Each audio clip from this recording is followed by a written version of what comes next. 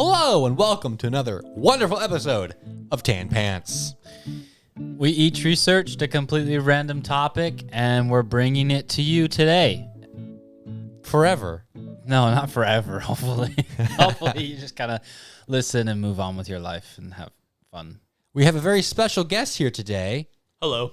Introduce yourself, special guest. What's your name? My name is Thomas Smith. Oh, thank you, Thomas Smith. Why are you here? I mean, do you know anything? I will be the special guest for the evening. Not taking the entire episode, but just like a very short amount of it. And I did not really prepare anything, so I'll probably be speaking on something I already know a little bit about. That's good, because we're all talking about things we know very little about.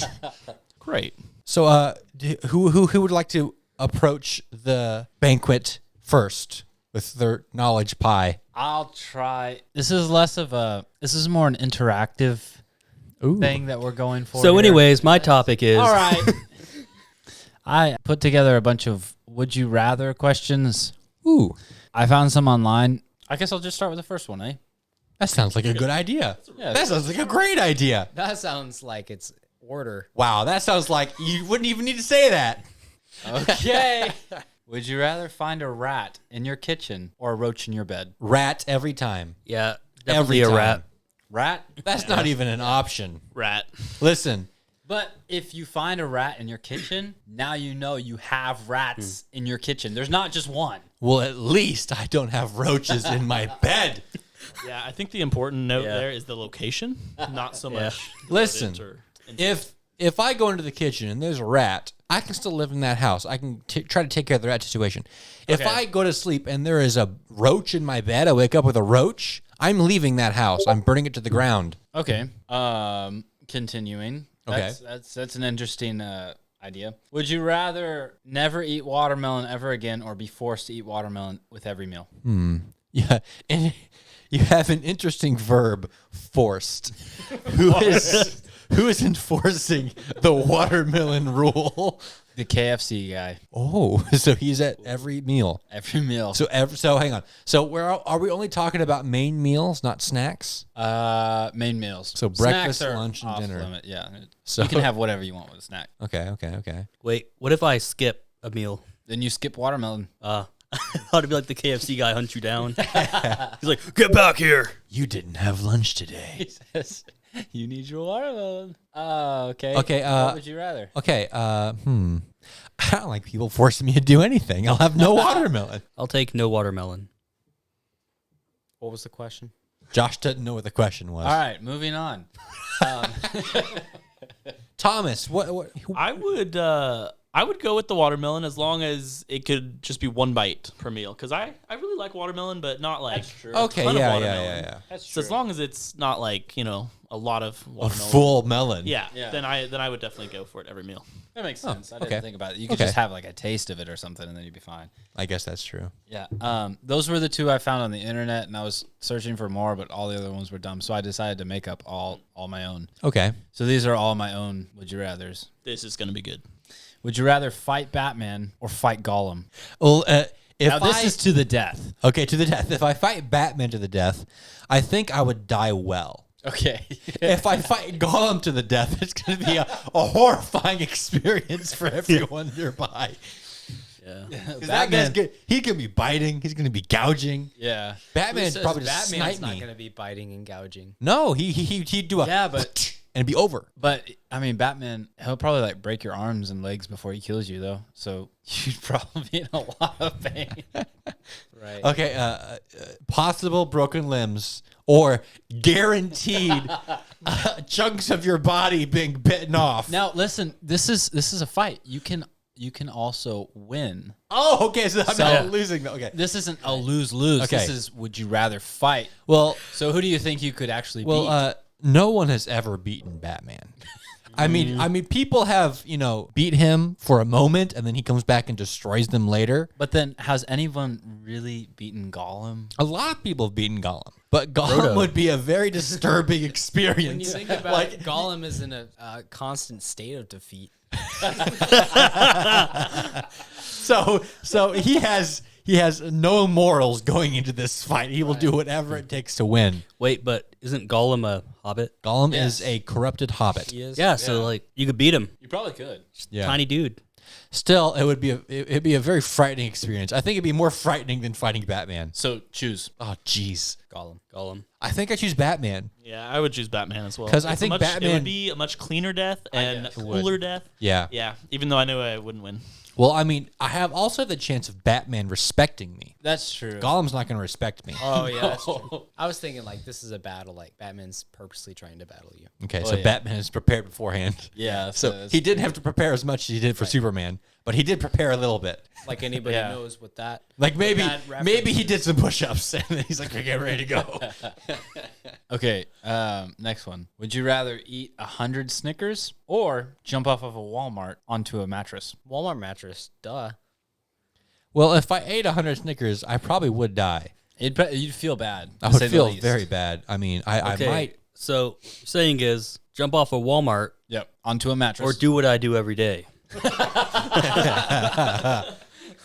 Wait, how big are the Snickers? like the big kinds of. So, can I take 100 days to do this? Or is this one sitting? I would say it's like one sitting. one sitting? kind of thing, because jumping off the equivalent is jumping off of a Walmart, which only lasts like what 5 So seconds. in theory, if I sit down for long enough, can this go over a few days? If your one sitting is just sitting there for long periods of time. I'm I guess so. professional sitter. You could I have prolong over your suffering, 50,000 but hours in sitting. Dude, that's a lot of calories. if you're sitting that long, I'd rather jump off a Walmart onto Well, a mattress. Am I Now guaranteed? this is just one mattress, so okay. you could still hurt yourself. I was about to say. okay. Yeah. This sounds like a good Yeah, hurt. never mind. That you could hurt yourself if it's just one mattress.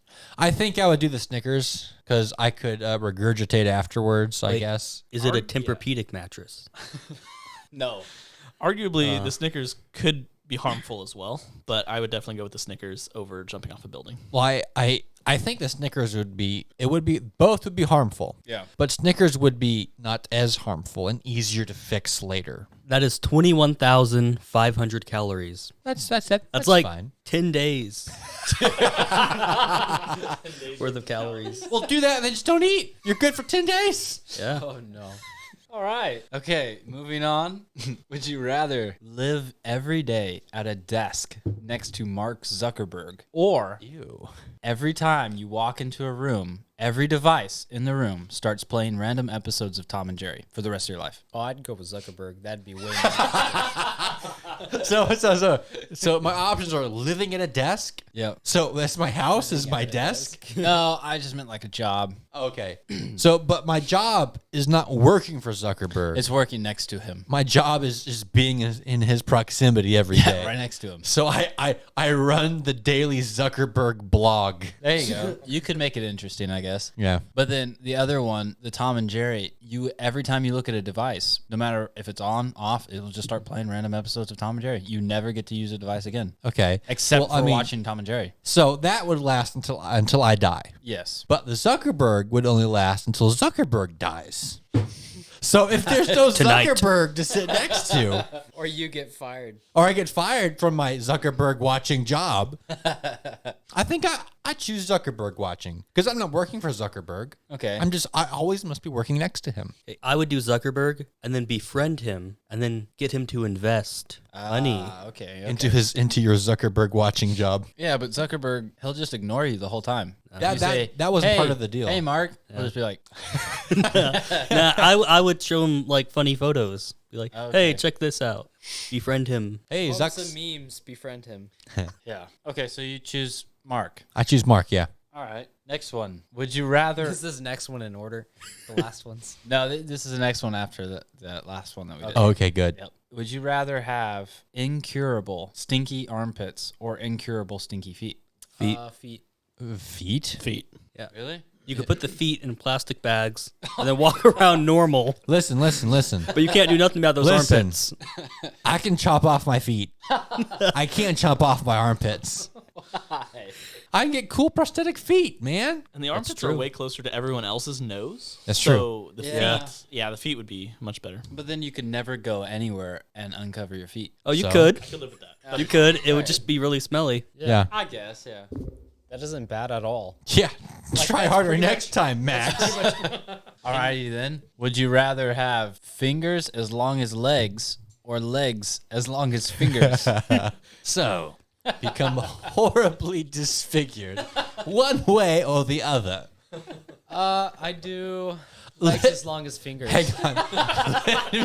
let me try and picture this in be my like mind. He'd be like that guy from Hitchhiker's Guide to the Galaxy, where he was just a waist.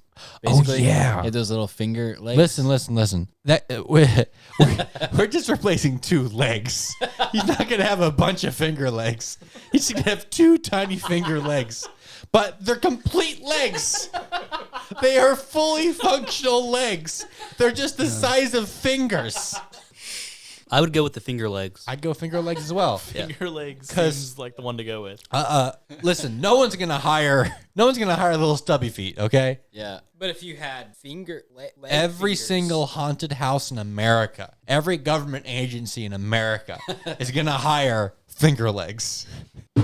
Now, you see, you could get them removed, Think about the small feet. and then you could get the prosthetics. The small footprint can't support the body. when you put your footprint in the concrete block, Little tiny feet. so small. Somebody has to pick you up. And, People are like, Henry, you're such an inspiration. You just keep on going. Nothing keeps you down. Oh man. Yeah, I guess that's true. Like if you had legs the size of fingers, you could just like cover them up and be in a wheelchair and live normally. But the other one, I'll have 5 leg-sized fingers. yes. So I can curl them up, and be kind of normal. And then I go up to someone and I go with one of my fingers, it uncurls and goes right in their face. I don't like that idea unstoppable. because like the structural integrity of my bones, my leg finger bones, I'd imagine they'd break. I feel like I'd pretty break easy. my fingers a lot. No. You don't break your legs? No, these are like really small. No. They're leg-sized fingers. Right, but if this finger is just super long, it's just gonna break easy. Yeah, but it's like a leg. It's like a leg, You dude. have like So my 5 finger is legs as in each thick hand. as a leg. Yes. You got major fingers, dude. Yeah, I really. You wanna could, like, go with walk on finger them. legs. Okay, we should probably move on before it gets too creepy. Okay. Yeah, that was would disturbing. You rather, Thank you. Yeah, thanks, Josh. Would you rather eat McDonald's every day or eat McDonald's every day with toast? Toast. Okay, so do I not get toast at McDonald's? So what are we calling toast? We need to define toast. Bread that has Well, been thing is, toasted. I can go How to much McDonald's. toast? McDonald's does 2 that with their bread. slices. Well, I can go to McDonald's and I can throw the McDonald's foods away and spare myself of cancer and just eat the toast. Mm-hmm. Because where's this toast being sourced from? The universe? Is I it guess the Walmart. universe? Is The it Walmart you jumped off of? Okay. So hang on. So I go into McDonald's in the second example and say, "Hi, I'm here again. I'm here every day. You know my name. I like my usual." And the person's like, "Okay, that's a Big Mac with toast." Yep. And they give me the Big Mac, give me the toast. I look, maintain eye contact, drop the Big Mac in the trash, and start eating the toast. That sounds great. Well, if you're eating every day at McDonald's and you just have toast, you could just order the toast. Well, it doesn't say I have It's still to eat. McDonald's It toast. doesn't say you have to eat McDonald's. It says you have to eat out. Eat McDonald's. I think the toast also gives you just more options. So Yeah. if you want to toast that day, or if you didn't want toast, at least you have that option. I love having the option for toast. Walking into a bank and going like, "I'd like to open up a checking account, please." Oh, and you got any toast? and some toast. Listen, it doesn't really some matter toast. because you're gonna die if you eat nothing but McDonald's. Have you not seen Super Size Me? Yeah, I think. Well, I've heard of it. I haven't seen it. Oh, that guy, he was like, after 1 month, Oh wow. So at least if you had the toast, you would be a little bit happier. you get an extra week. Okay, so they're both killers. How many of these do you have? 2 more. 2 more. Okay. Okay, your water. Would you rather your water cup or just your water? Anytime you have water next to you. So whenever there is a body of water next to me, like an No, ocean? like in a cup. Okay. Like so you pour yourself some water. what if like a kiddie pool? No kiddie pools. So anything meant for drinking. Yes. Okay. Every time your water somehow turns into sweet tea, or you have a forever strong taste of mint in your mouth. Sweet tea. Like you cannot get rid of it. So no matter what I drink, It'll be sweet the tea. moment I touch it, it turns to sweet tea. Right. Only water, though. Only water. Like, you can have lemonade and it won't turn into sweet tea. What Oh, kind just of sweet water. tea? Just water. Oh, Like McDonald's or like Chicken Express? Chicken Express. All right. Oh no. This is a tough one. so I will never drink water again. Well, then It's not like the water tastes like this. I think it turns into this. I'd go with Yes. not having mint in my mouth for the rest of my life and just drink the smart water crap. Yeah, but it would turn into sweet tea. But it's not water; it's smart water. Yeah, it's smart. What Yeah, about dude. bubbly? Got reverse Yeah. osmosis. Carbonated If it water. contains water Bubbly. and you have it, it will turn into sweet tea. So lemonade would become sweet tea. It contains water. Oh, I guess you're right. Yeah. So anything containing water. No. So I can drink watch chocolate it. milk. I'm trying to figure out the logic of this problem. Okay, let's just say pure water. If you add other things to water, it's no longer water. Okay, so I add some flavoring to it. There you go. Okay, yeah, I choose that. What was the other one? I don't remember. It was mint in your mouth Yeah, that's terrible. forever. Forever mint. Dude, you could never eat orange again. Brush your teeth. Okay, last one. Every time you laugh, would you rather every time you laugh you pee yourself, or every time you entered a room, somebody in the back just screamed at the top of his lungs? Oh, scream! about time, Jim. What would you choose? I would take the gym. Okay, so option number 1 is wetting myself constantly.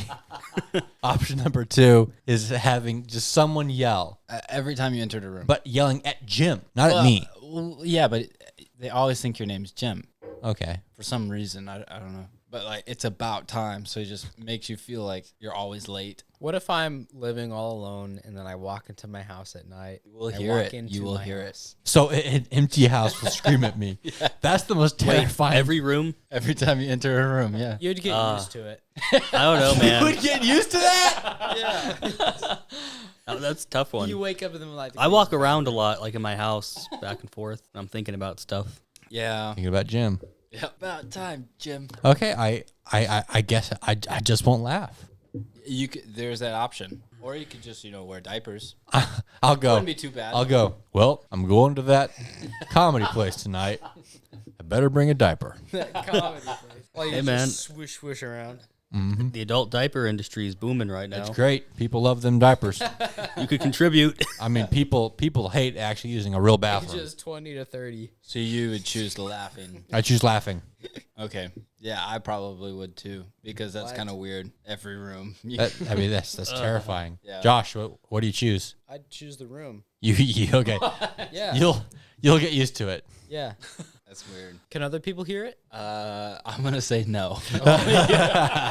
Then it's no problem. Yeah, I might go for that too then if no one else can hear it. What if I have like headphones in? I guess you wouldn't hear it. I don't know. All right. Easy. Just always have Right. headphones on. I go with the gym guy. Earplugs in. Okay. Cool. Thank All right, you. that's what I had. Thank you, Max, for bringing all those horrible choices to us. You're welcome. I hope it has inspired you to live a better life. So, in this age of political correctness, we have to be very careful about what we say because words carry weight that we can't even imagine. So, Like Aunt Matilda. Aunt Matilda, Oh wow! now listen. The scientific community has asked the world that we change some vocabulary around a certain event. So let's say you're in the water, in the ocean. Your legs are submerged in water, All right. and you're standing there. Okay. Then you Wait, how can I be laying in water and standing? Yeah, come on. did I say laying? You said said when you're laying in the water and you're standing there. Like, are you just like bent at the leg? You are. Is that not how you guys swim? So you're laying with your legs pointed down in the water, floating like a beast, Okay, that makes sense. and then but you feel a kind of a really really hot tug on your calf, I don't like where and then this is going. you look down and half of your calf is gone and blood's billowing and there's a shark fin that's going away. Oh, yeah. What do you call that experience? Sharking. What would you call that? Pretty bad. No, what is that? You got attacked by a shark. It's a shark attack? Yeah. Shark attack. Shark attack, right? Mm-hmm. The scientific community says we should stop calling them shark attacks. Okay. Instead, we should use terms like incidents and encounters. You had a shark. Wait, to incident. protect whose feelings? The sharks? The sharks. Because as you know, sharks are very sensitive. That's what I Listen, thought. these scientists be are like about to have watching an the news. encounter. An incident. So their reasoning behind renaming the thing is they're trying to make it so people don't immediately kill sharks when they see them. Who does that though? I don't know. But apparently people are hunting sharks. It's like a big thing to do. You hunt sharks. People hunt a lot of things. I do. imagine like people looking like their shirts off and like with like sweatbands. Yeah, the like, shark machine fin. guns on I think them. it gives you like power or something. The shark gives me power, man. Their fin gives you power. Yeah. Like make a soup out of it. I got So- 10 fins, guys. I feel real powerful. They claim the shark population, and they don't tell me what kind of shark. They just say average out the shark population, has plummeted by 71% since the 70s. How do they know that? I don't know. Wait, say that again. Scientists are saying that the population of sharks has plummeted by 71% since 1970. I'm not saying that scientists are dumb or anything. I'm just really curious how they count all the sharks. I'd like to know that Do too. they like go scuba diving, count them all? Like, okay, Because we gotta have count them the take a sharks, guys. survey. They get Oh. Kevin. They have a He holds his census. breath and he runs down there and he counts the sharks. And then Kevin doesn't come up. Oh, I guess he had an encounter. Yeah, an incident. So, a couple weeks ago, when they started this news story broke, and people are starting to respond. This one scientist, Catherine McDonald, says, "I can understand the sort of pushback to what we're talking about, as a shift to almost comical euphemism. Listen, But I think that some shifts being described are actually a push toward greater accuracy and detail." the kinds of guys that hunt sharks do not care about the term shark attack. Yeah, I mean, it was kind of a weird thing. Like, in Australia, they're the ones that are really actually doing this. They're not calling them shark attacks. They're calling them encounters, or they're calling them bites, like a shark bite, or a shark event, or a shark encounter, or whatever. When I was Googling to find this, I Googled, shark attack, and I got 10 articles like shark attack off of Florida, man loses leg, shark attack, man almost dies, and the ocean. I mean, it's kind of weird. It's kind of weird that in this day and age that we're trying to make everything friendly. I guess we're trying to make everything and it poses the question: does how would this make the shark attack victims feel? Like, would this offend them? I mean, if I am bit by a shark and I go to the bar with my peg leg, I'm going to be bragging about my shark attack. yeah, no kidding. Like, I had a shark encounter once. You kick your leg up onto the table. This beautiful creature decided to encounter me. He was friendly, I think. It didn't mean any harm. It was just tasted. was It thought it was a seal. It was just a friendly encounter. Just a nice, lovely animal. We can learn a lot from each other. Like what I taste like and how much I don't like you. If you came up to me and said, "Hey, last weekend I encountered a shark," I'm just gonna think, "Oh wow, you really saw one. You saw one. You came across one." But if you said, "Hey, No, he lifts up there his was a shirt. shark. I got attacked by a shark," I'm gonna know what you mean. I mean, even other animals. I was attacked Yeah. by a dog. Yeah. I was attacked by a cat. I was attacked by a possum. Attack is a word that means you were injured or you were, I guess, what's the word I'm looking for? Attacked. Attacked. Let me scroll down here. I'm gonna read one more paragraph here. So Let's see if I can figure this out here. Remember when Pearl Harbor had an encounter? Ouch. They made 2 movies about it. Or was it 3? Oh, probably more than that. What if the shark didn't mean to attack, but he just accidentally bit your leg off? I mean, maybe that would be an encounter. I mean, whenever I'm in a crowd and I accidentally bite someone. not again. Oh, sorry, that was an accident. I didn't mean to bite you there. So sorry. It's just an encounter, man. Come Yeah, on, you it's have to be just so an serious. encounter. attacking you. It's like, oh, I didn't mean to click that button.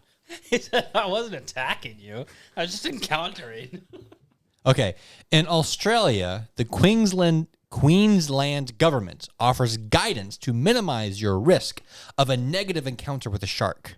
Western Australia uses bite and incident in its alert systems, and sometimes shark interaction, usually when there's no bite. So you can have a shark interaction. That's when a shark, just kind of nudges you. But if you have a what do they call it? A negative encounter. A negative encounter. You had a negative encounter. I think there's plenty of people out there that don't care about the terms. They just don't want to have anything to do with a shark. I guess so, yeah.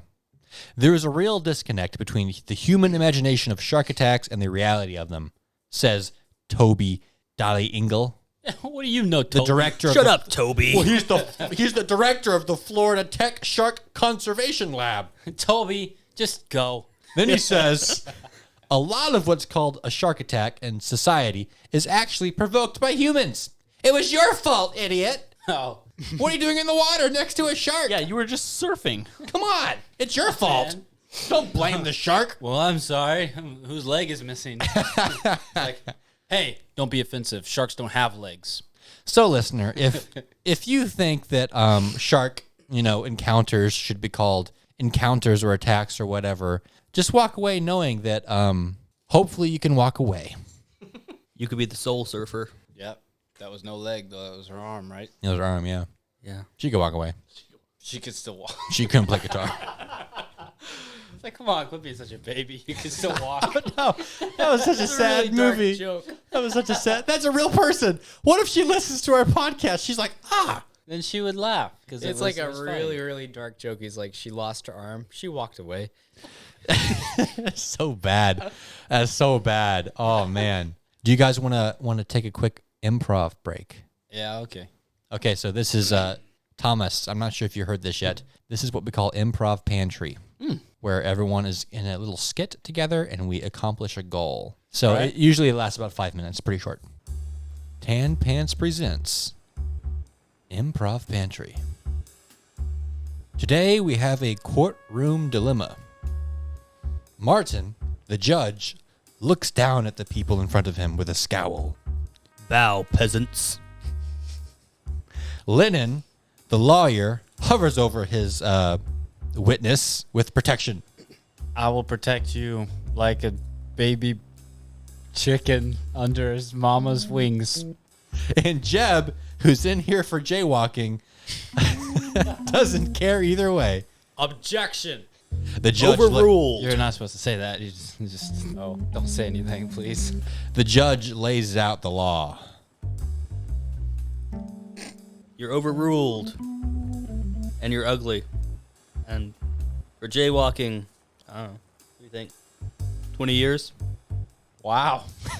Things are looking a lot steeper than I thought. I think we might have to take a break or something. Lennon calls for a quick recess and goes over to confer with Jeb. All right. Do you have any documents that say why you were walking the way you were walking? I can't read. Last time I saw a paper, it sure was paper. I got it. I'll present something in court, like your last receipt. Where'd you go? I think it was a Five Below. Yeah, what did you buy? Something under $5. Okay, I'll present the receipt, and you have to read it in front of everybody, and it will prove that you can't read. Therefore, you can't read signs. Therefore, it wasn't your fault you were jaywalking because they were just using the wrong terms. With that brilliant plan, Jeb takes the stand as the judge scowls on. That was a pretty good scowl. So last item I purchased was a Just Give Up birthday card. I think we might have to. I think we might have to tell them what we're doing first before we just read our groceries. The judge casts his judgment, I guess. I don't know. 20 years. He's pretty firm on this. Judge, please, my guy over here, he can't read, and he can't read the signs on the road that say no jaywalking. And I Does he have bad personally believe- eyesight? Yes, it's horrible. Jeb, how many fingers am I holding up?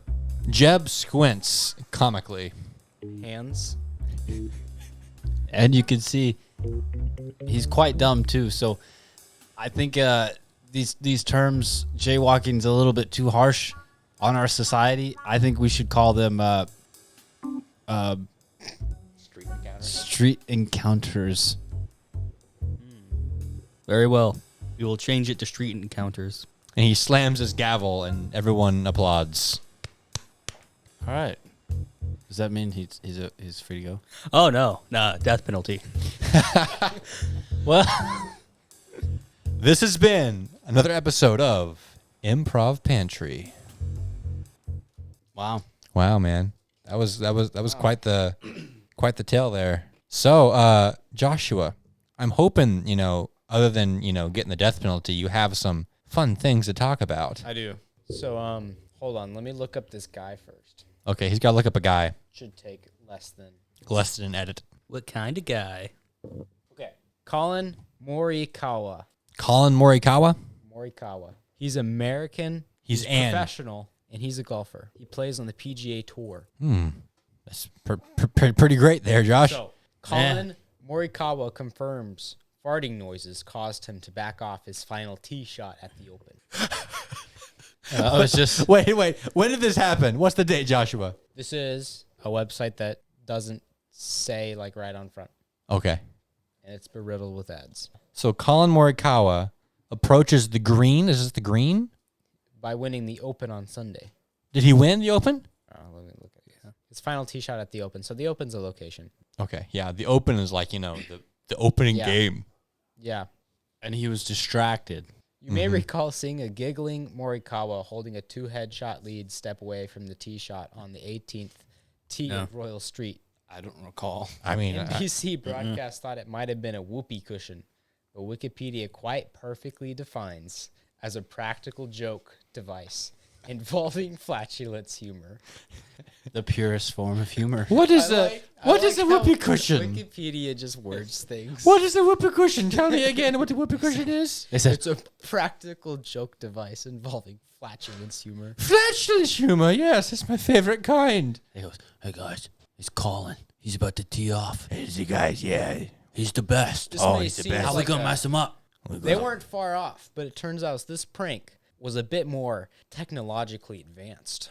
What? Like, What's more technologically advanced than a fart? well, listen. They had a robot. Listen, man. When I'm thinking of technology, whoopee cushion is up there, like, as like the greatest thing. The aliens come. The wheel, whoopee cushion. The aliens come to Earth and they say, "What's the greatest invention you guys have made so far?" And we hold up the whoopee cushion. And they're like, the aliens are like, Oh heck yeah! this is great. Because when I was a kid, I got a whoopee cushion like at the Chuck E. Cheese place, whatever. Right. You got trading your tickets. Like, what do you want, kid? Like, I want a whoopee cushion. So you get yourself a whoopee cushion, but it was flat. You had to blow it up, Oh, you have to set it somewhere. So bad too. and then you have to wait. And by the time someone sits on it, it had deflated a little bit. Yeah. But the coolest thing, a few years later, I'm still okay looking whoopee cushions. Yeah. I find one at like Target or something, but they had put like foam in there, so it's always ready to go. You don't have to blow it up. There's foam in it. Up? Yeah, there's foam in it, man, like a sponge or whatever. Dude. And it's What do all, I it think of next? was beautiful. Have you ever successfully Never, set the trap? never. Oh yeah. Josh has Oh yeah. story. No. Okay, so yeah, was a whoopee cushion involved in the golfing tournament? No. Some spectator at some point in the day snuck a little old school microphone, like a recording, threw it underneath.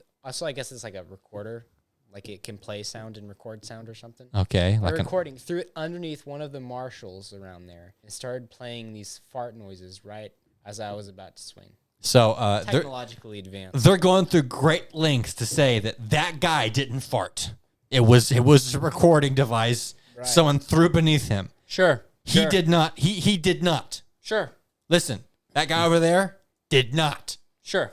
But someone here with an old school recorder Yeah. tossed it underneath him at the perfect time. It says here, he said this on Barstool's Pardon My Take podcast. So we got to be careful. We're stepping into other podcasts. waters here. I mean, that's my go-to every time. So I hang let on. one go. Wait a minute. This is a prank played by a podcast on a golfer? No. He's talking about this on a podcast. So The golfer is. the golfer is? Okay. Because I'm about to say, if a podcast goes to the PGA Open to do a farting prank, that's next level stuff right there. next That's level above and beyond. podcasting. All All right, I feel educated, I guess. Is Wow. the word. I mean, I knew this. I knew Tan Pants was never going to be, like an intellectual podcast. But I never knew we would spend, I don't know, this has been 7 minutes talking about a fart prank. Mm-hmm. I mean, I'm not saying it's a bad thing. I'm just saying it's a milestone that we can now check off the list. All right. Thank you, Josh, for that. Thank you, Joshua. That was pleasant. So, in Utah. You have another one? Josh! This better be different. Okay, is this another whoopee cushion? Okay, Weber County, that's in Utah, Okay. sees increase in people hammocking on power lines. What? Are you serious? There's like just giant hammock or giant power line, and there's these little people in hammocks. So They're, Joe, like, so high up. Joe, how many hammocks did you see on the power lines yesterday? There's been an increase. Like an increase from like 0 to like some. Like, dude. Who's up there? Yesterday it was just 1. Now it's 2. Hank, is that you up there again? I gave you a ticket. These lines can carry 75,000 kilovolts, and that power can jump from the lines. What's the amp? Yeah.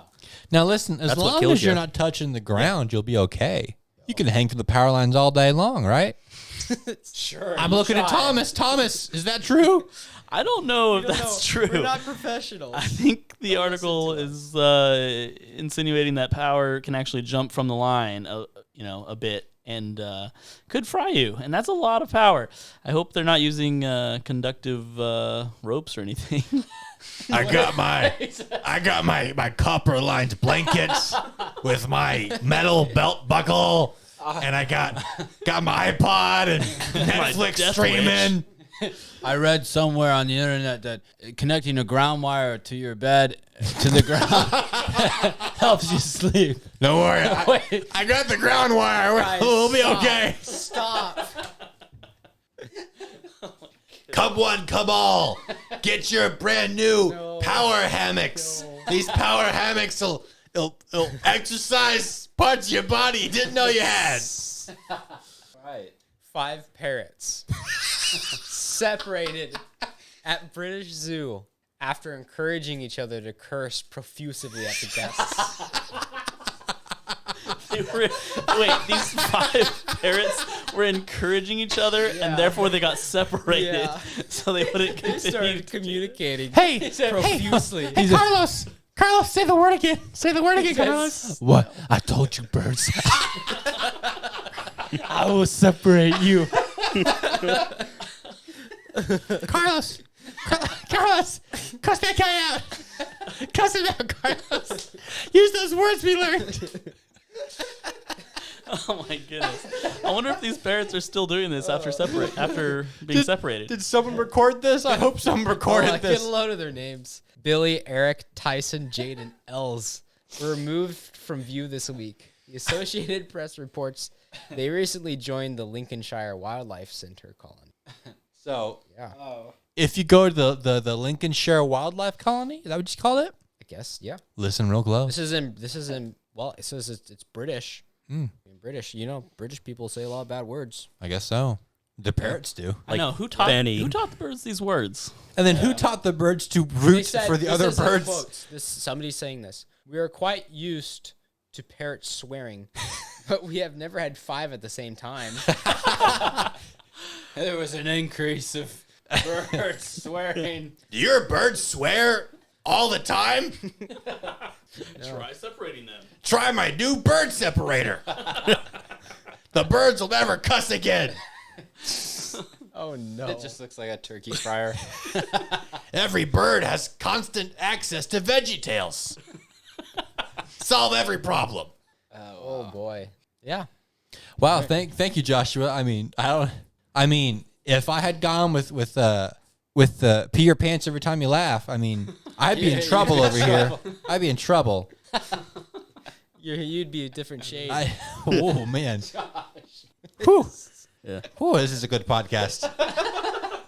Clay, save us, Clay. All right. Mine is about the Turnings.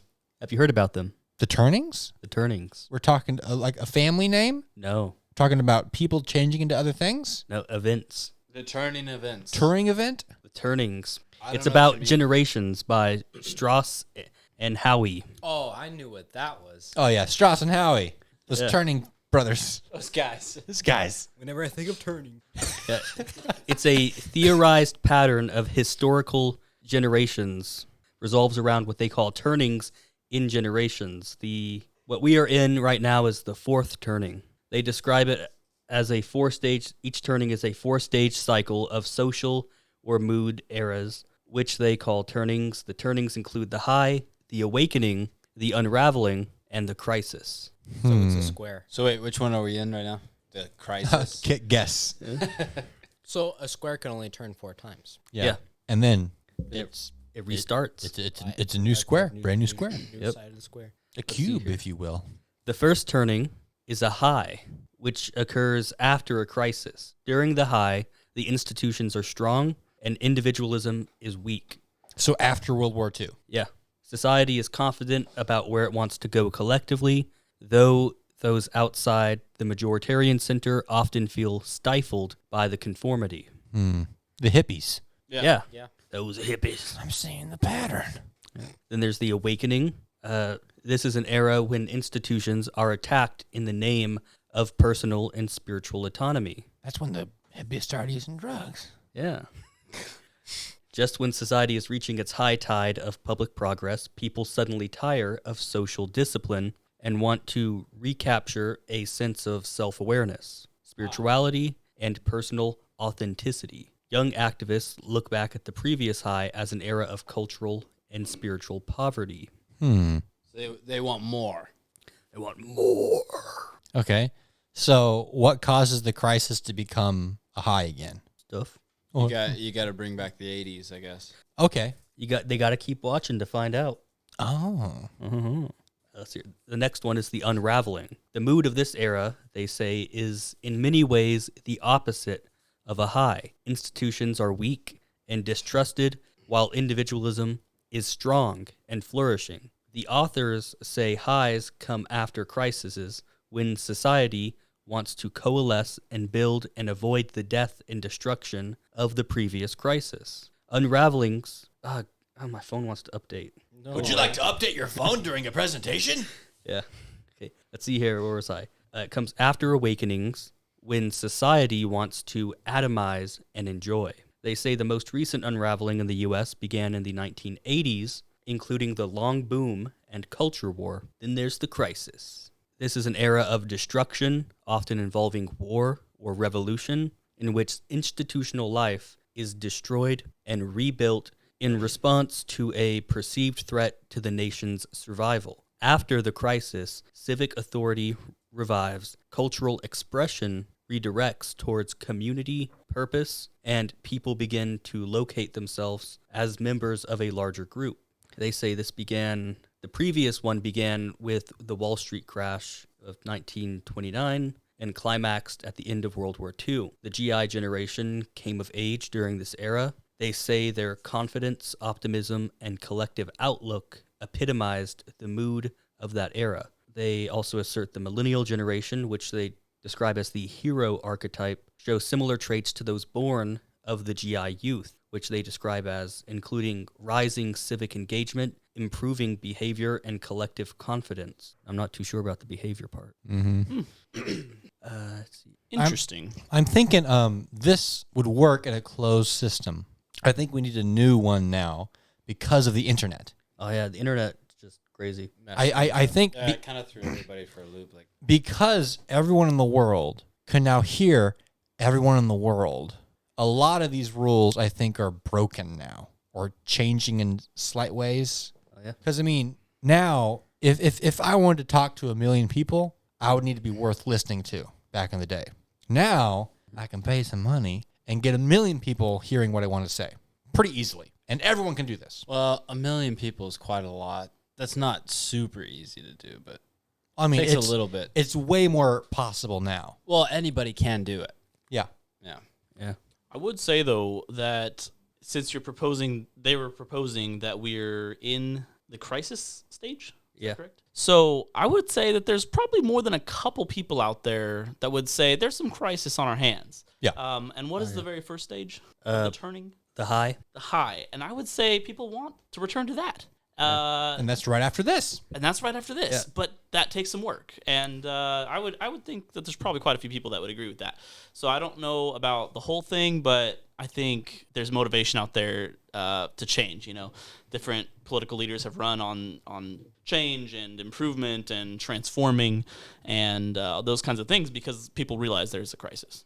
Well, I think this 4-level cycle happens because we're not conscious of it.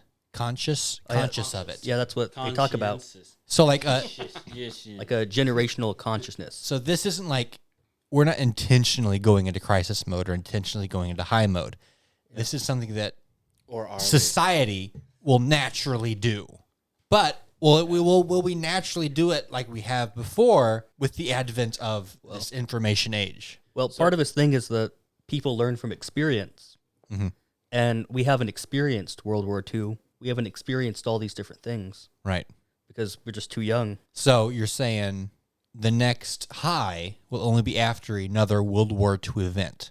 At least another crisis of Okay. some sort, where that's when he says a lot of change could happen.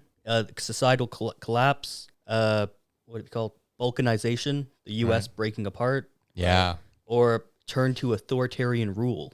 Yeah, I definitely see America becoming more uncomfortable in the upcoming years. So, I mean, if that doesn't wake up a great amount of people, then, I mean, I think most of America isn't going to stand for what's about to happen. I don't know anything that wakes me up more than uncomfortability. Yep. That's true. When your back just aches and you gotta. You're like, That's it. Nice. cool. So, I hope that you people at home learned that we're doomed to repeat the same 4 steps forever. But don't worry. We may be on the worst one, but the good one's coming up. So, hey, your kids will be fine. And then we'll do it again, And then it'll And happen again. all over. and again, and again, and again. How long do each of the steps last? Like They're supposed to last around 20 years or so. 20. 20 years. But when did we enter the crisis, though? Last year.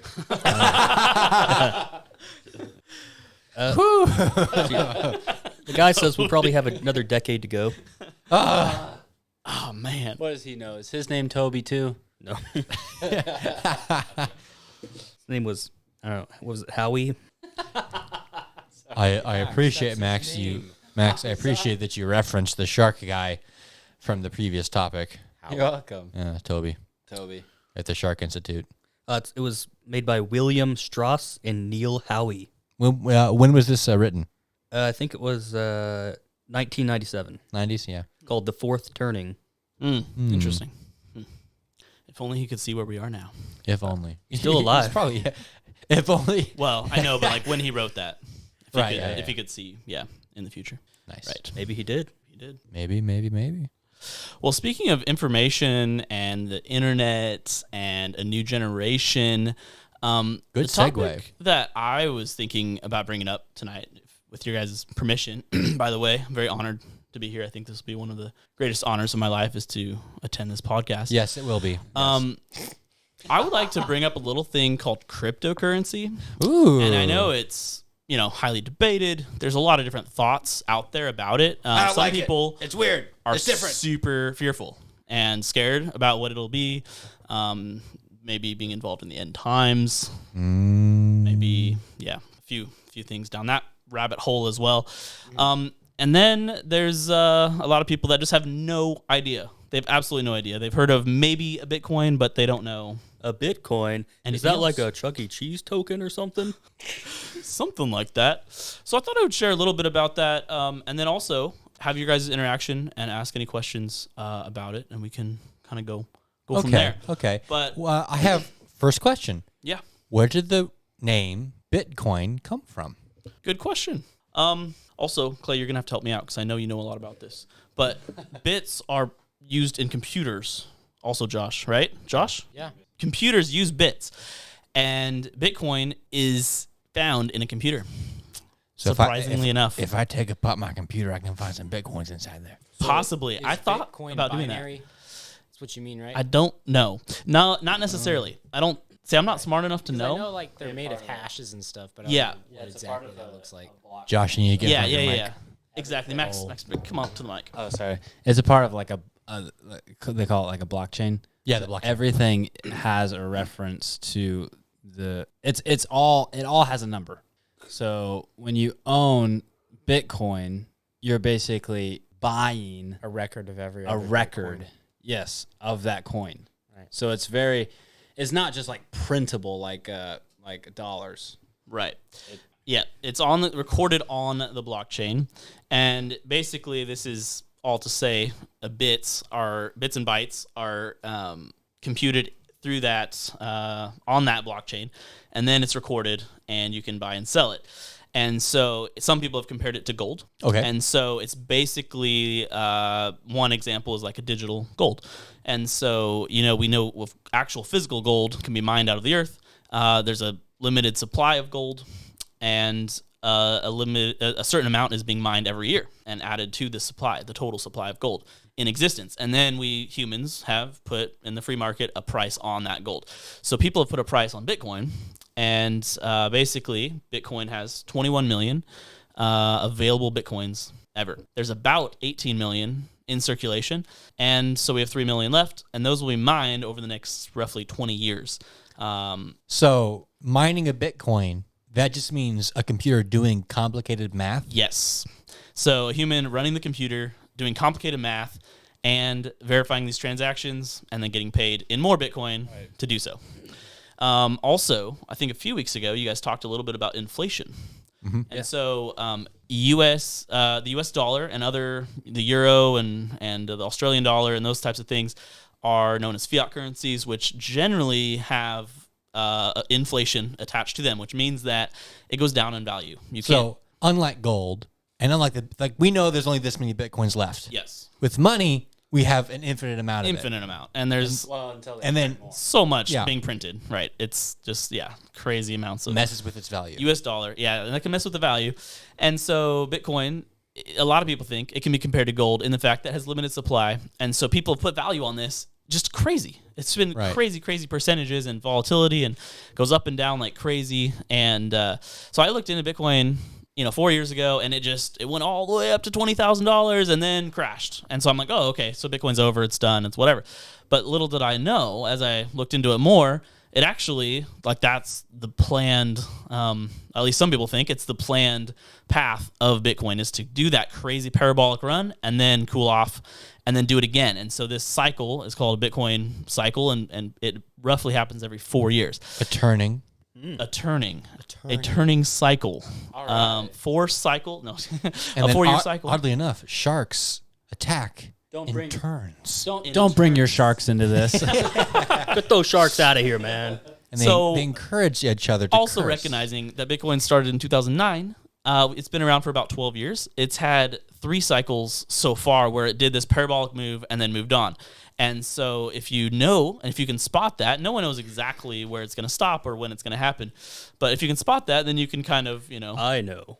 invest in Clay the Bitcoin. knows. I know, Clay, if you could enlighten us. But what's also crazy, and I'll share this with you guys as to kind of end the point here, is that right now, Bitcoin had a pretty big move back in April, and all of the altcoins, ulterior coins to Bitcoin, followed that. And now it's kind of gone off trajectory. And so in the next 6 months, a lot of people think that we will know if it's going to follow back on trajectory or continue to stay off and deviate from the path. So basically, over the next 6 months, it could have a huge rally, go up, and then stay on track, or it could stay at the same price or go lower, and it'll be totally deviated from what it's done at the last 12 years. And if it keeps going low, it's a good idea to pick up a little bit of that.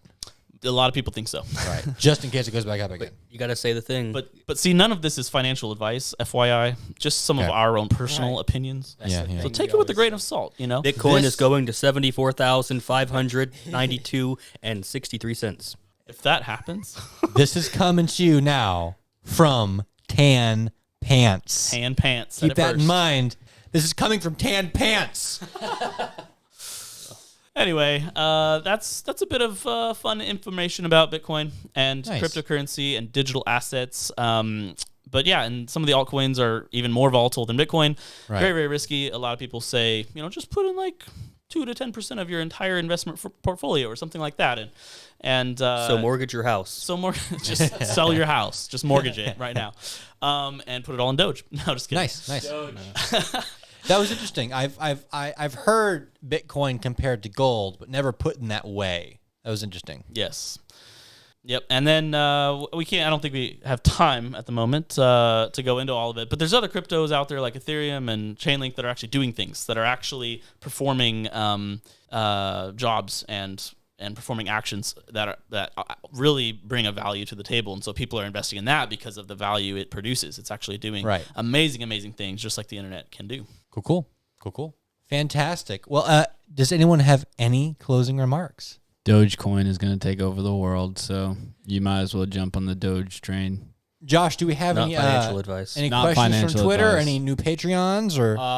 Oh yeah, we have a new Patreon. We have a new patron on Patreon. All right.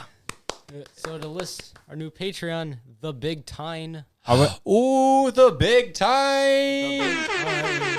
How We do this for you. for you, Big Tine? Big Tine, you're the Big Tine. Thank you for joining us on another wonderful Tan Pants. Shout out to our Patreons, Naven Jr. and the Big Tine, for supporting this podcast. We appreciate you guys. You make us better than we were yesterday. Make sure you like and follow and consider becoming a Patreon so we can keep on producing this wonderful content for you. Also, I'd like to thank Tan Pants for having me on as a very, very special guest. It's been an honor. I would also like to thank those Cussing Parrots for doing their thing, and also for Thomas for jumping on our podcast and making it a little bit more smart.